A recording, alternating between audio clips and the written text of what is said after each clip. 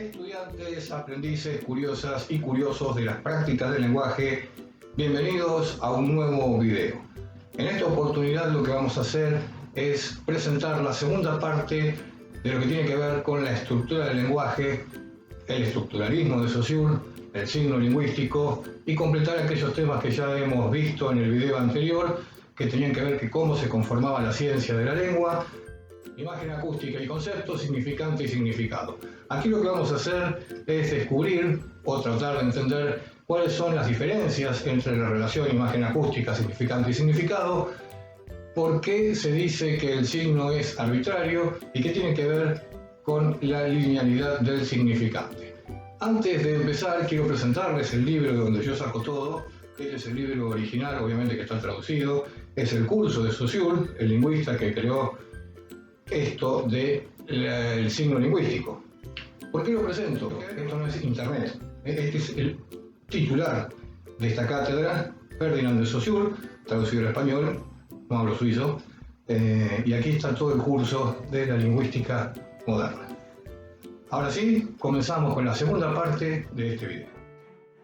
El signo lingüístico, como hemos visto, está integrado por dos elementos que tienen una relación estrecha y se determinan recíprocamente. Estos elementos se conocen como imagen acústica y concepto. Saussure va a renombrar estos elementos, según refiere en el curso, para evitar confundir la idea de signo con la de imagen acústica. Por ello, a partir de este momento, llamaremos significante a la imagen acústica y significado al concepto. Las definiciones de ambos se mantienen. El significante se refiere a la parte más material del signo, metafóricamente hablando, pues ya hemos visto que ambos términos son psíquicos, y el significado hará referencia a la parte conceptual del signo. Sin embargo, la relación significante-significado no es del todo congruente con la relación imagen acústica-concepto.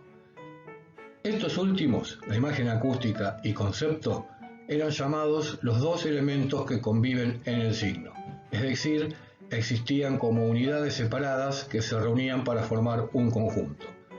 Por su parte, el significante y el significado son llamados las dos caras del signo, y se hace referencia a ellos como una unión indisoluble, solo separable mediante la abstracción. Son equiparados a una hoja de papel, el anverso y el reverso constituyen la hoja, y solo pueden ser separados mediante una operación mental impracticable en la realidad.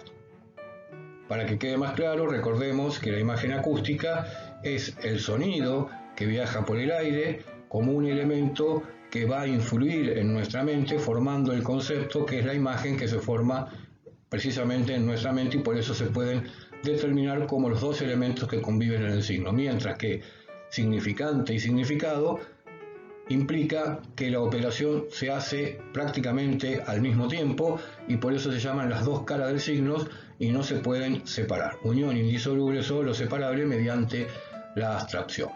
Vamos a otra característica. Carácter arbitrario del signo. ¿Qué significa esto? El lazo que une el significante al significado es arbitrario, o bien, puesto que entendemos por signo el total resultante de la asociación de un significante con un significado, podemos decir más simplemente el signo lingüístico es arbitrario. Si recordamos el ejemplo de la imagen anterior, no hay nada en el significante pino que nos remita al concepto de pino, más que un acuerdo universal y silencioso en la sociedad. La secuencia de sonidos que forman la palabra P más I más N más O, pino, y el origen etimológico de la palabra son dados por convención social. El carácter arbitrario de un signo hace referencia a una relación significante-significado originada en un hábito colectivo y no en un principio natural ni espiritual. El individuo no puede, aunque lo desee, cambiar un signo por otro. Tal posibilidad reside en la sociedad y no en el individuo y por eso decimos que es una convención social cada uno de los nombres. Si la pregunta fuera ¿por qué pino se llama pino? La respuesta es simple, porque sí, no hay una razón. No es como decía Platón, ni como decían los lógicos. Es una convención social. En cuanto a esto, Saussure plantea dos objeciones posibles, que le han hecho otros especialistas, al carácter arbitrario del signo. Primero, las onomatopeyas. ¿No serían estas, al motivar su signo, una objeción al principio de convencionalidad? Saussure va a decir que no, lo niega, pues las palabras que designan esos sonidos no están en realidad originadas en ellos, sino que son una representación de estos sonidos, una construcción de la sociedad que nada tiene de natural o motivado. Rastreando el origen de las onomatopeyas o comparando su diversidad en los distintos idiomas, confirmamos su carácter arbitrario.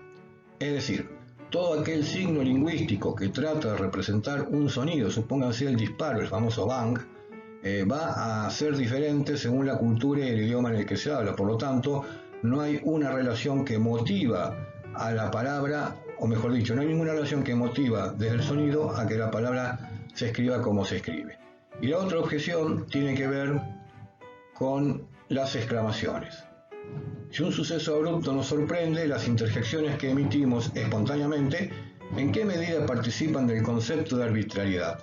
Nuevamente, Saussure va a decir, una comparación de la variedad de exclamaciones en los diferentes idiomas contradice la supuesta naturalidad. Por ejemplo, hoy los medios han influido tanto que se ha cambiado un poco ese tipo de interjecciones, pero el famoso ay en Estados Unidos es ups. Está bien que ya sé que nosotros también ahora decimos ups porque tenemos una identidad impresionante, pero tiene que ver también con la cultura y con el idioma de cada país. Vamos a pasar a un nuevo tema, que tiene que ver obviamente con el signo lingüístico. Linealidad del significante.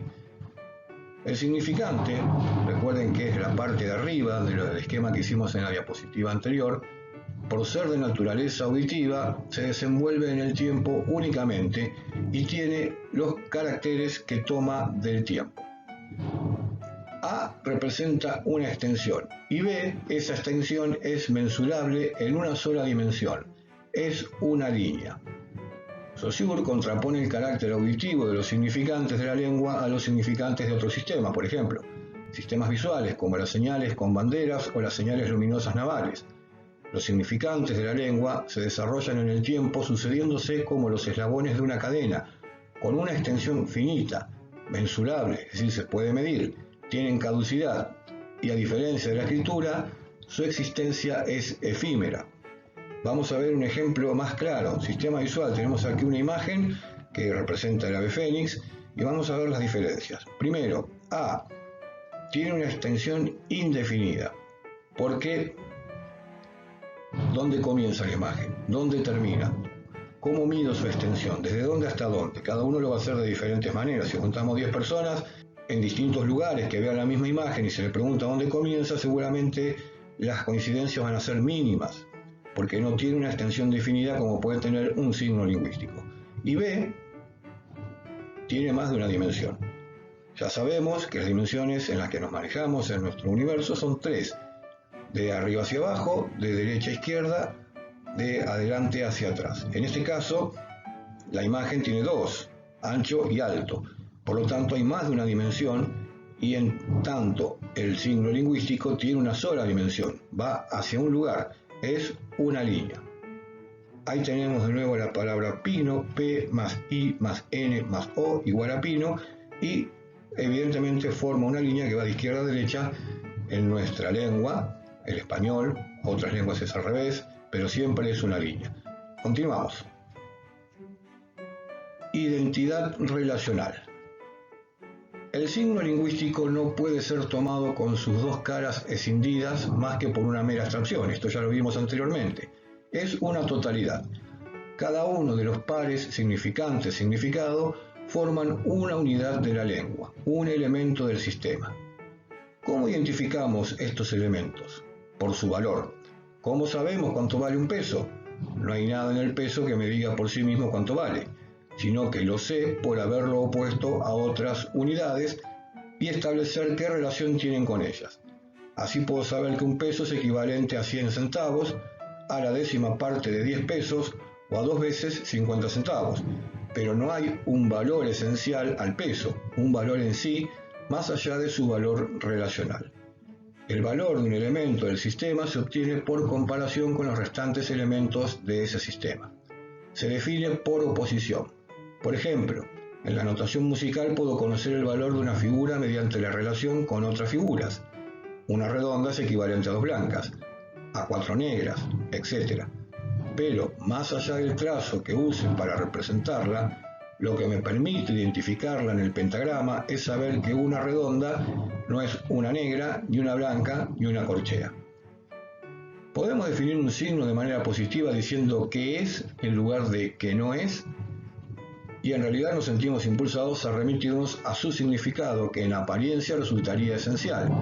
Es decir, en principio, podríamos creer que hay una manera positiva de definirlo porque podemos llegar a creer que sabemos qué es ese signo. Y aunque un árbol no es un hongo, no es un alga y no es un líquen, podríamos decir que un árbol es un vegetal perenne. Y entonces podríamos creer que sí sabemos lo que es el signo. Pero ¿qué es un vegetal perenne? Un vegetal no es un animal ni un mineral. Y perenne no es caduco, no es efímero ni breve. Es decir, vamos definiendo cada una de las palabras conocidas como signos lingüísticos por su comparación con las demás. Es decir, un signo es lo que otros signos no son. Volvamos al sistema de la lengua. No hay ninguna esencia en el signo que me permita definirlo positivamente. Solamente es posible una definición negativa. Un signo es lo que los demás signos no son. Esta característica del signo lingüístico recibe el nombre de identidad relacional. Es a través de sus relaciones como yo conozco la identidad de cada signo. Cada elemento del sistema adquiere su valor por oposición a los restantes elementos del sistema y no por un valor intrínseco o esencial a él. Vamos cerrando el tema en la próxima diapositiva. Los códigos o sistemas semióticos. Como hemos ido explicando hasta aquí, los seres humanos constantemente desciframos y producimos signos. Esa experiencia, llamada semiosis, se realiza en función de una serie de reglas que establecen en cada cultura. Estas reglas organizan los signos en conjuntos, en los cuales aquellos adquieren un significado específico. Por lo tanto, esas reglas funcionan como claves que orientan y determinan la lectura de los signos. De este modo, los signos son las unidades de un conjunto denominado código o sistema, porque están relacionadas entre sí de una forma particular. En síntesis, un código o sistema semiótico es un conjunto organizado de signos que significa en un contexto social determinado. Existen muchos tipos de códigos, como la música, las señales de tránsito, el código monetario o la lengua. Las relaciones que se establecen dentro de un sistema semiótico pueden observarse, por ejemplo, en el caso del semáforo para peatones. Este semáforo está compuesto por dos signos, el dibujo de un hombre de pie y quieto y el de un hombre caminando. Cada uno de esos dibujos no tiene significado en sí mismo, solo significa en la medida en que se opone, es decir, se distingue del otro. Así, el hombre de pie que indica prohibido cruzar es un signo de ese sistema únicamente porque se opone a otro signo, al hombre caminando, que indica permitido cruzar. Y este conjunto de códigos se entiende en las leyes de tránsito, que tienen sus códigos. Si el hombre parado estuviese en la puerta de un baño, entonces dentro de ese código se entiende que es el baño de caballeros, opuesto a la otra puerta donde estará el dibujo de una dama, y entonces entendemos que por oposición ese es el baño o toilet para damas. Cada código tiene su conjunto, cada sistema tiene su conjunto y se maneja a través de sus códigos y se entiende dentro de ese contexto. Si lo sacamos de contexto puede querer decir otra cosa o no se entiende. Así llegamos al sistema de la lengua.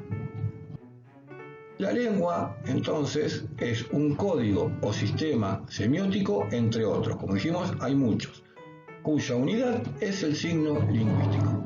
Esto es el sistema de la lengua. Repito, un código o sistema semiótico, entre otros, cuya unidad es el signo lingüístico. Así, cada palabra adquiere su significado solo dentro del sistema de la lengua, porque se distingue de todas las otras palabras que lo componen. Por ejemplo, es posible interpretar el signo raro porque se opone al signo común, e incluso, en ambos casos, se restringen sus significados si se los opone a los signos excéntrico o extraño y habitual o normal respectivamente. De la misma manera, los signos raro, caro y faro se distinguen porque, aunque tienen partes idénticas, un elemento los opone entre sí. Y eso lo podemos tener como ejemplo. Si bien es solo una letra la que cambia, el significado obviamente va a ser totalmente distinto porque las palabras se van a oponer entre sí, y recuerden que las palabras son los signos lingüísticos. No obstante, si bien la lengua es un sistema semiótico entre otros, se distingue de ellos en por lo menos una característica.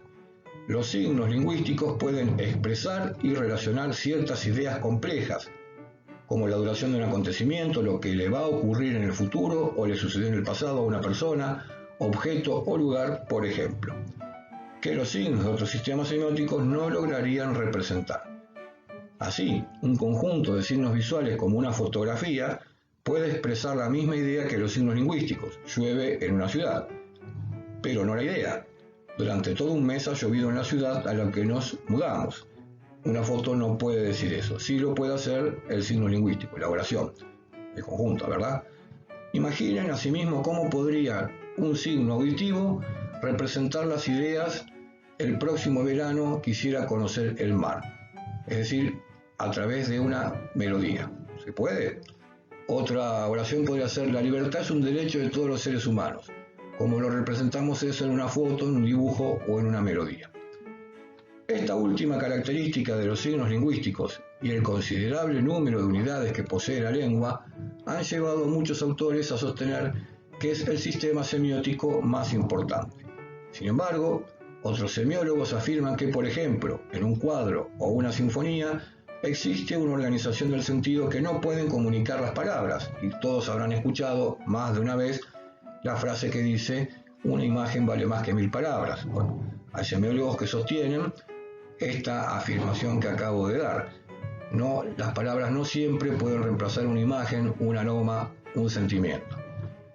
Es decir, que hay algo del sentido que expresa un cuadro o una sinfonía que no logran atrapar las palabras. Lo mismo ocurre, obviamente, con aquella melodía que nos produce piel de gallina o espanto. Es difícil de explicar con palabras. Más de una vez nos ha pasado que hemos dicho: no sé cómo decírtelo o no sé cómo explicarlo, porque no salen las palabras para explicar una situación específica. ¿Qué opinan ustedes? ¿Es el sistema más importante el de la lengua, el semiótico, o la imagen o los sonidos son más importantes todavía? Bien, mis estimados estudiantes, aprendices, curiosas y curiosos, hemos completado el tema. Hemos aprendido, además de todo lo que tiene que ver con Saussure, qué es esto del sistema de la lengua y los códigos o sistemas semióticos, para entender cómo funciona, para entender cómo interfieren nuestros pensamientos en nuestro desarrollo mental, en nuestro intelecto, en nuestra inteligencia. Por eso es tan importante aprender lengua, y por eso en las universidades la gran mayoría toma mínimo 2 exámenes de ingreso, que son matemática y lengua. Como dije al principio, mucha relación porque tiene que ver con la abstracción y cómo funciona nuestro cerebro. Y si no entendemos cuestiones básicas del lenguaje, es probable que nuestro cerebro no funcione al 100% y nada se queda quieto, todo está en movimiento. Si no sube, baja. ¿Estamos? Así que a prestarle atención a estos temas que son importantes para el desarrollo de toda la vida de cada uno de ustedes, y la mía también, por supuesto. Si surgen dudas, ya saben que abajo tienen los comentarios, allí pueden hacer preguntas, como también pueden opinar, y serán contestados a la brevedad. Si necesitan más información, pestaña acá arriba, cliquen allí, ahí tendrán bastante información para recurrir si es que la creen necesaria. Por último, si quieren estar al día con todos los videos que se van bajando, abajo, botón rojo, suscríbete, aprietan allí, aprietan la campanita y automáticamente serán notificados cada vez que se baje un nuevo video. Por lo pronto nada más, solo me resta decirles: sean felices, lean un libro y hasta pronto.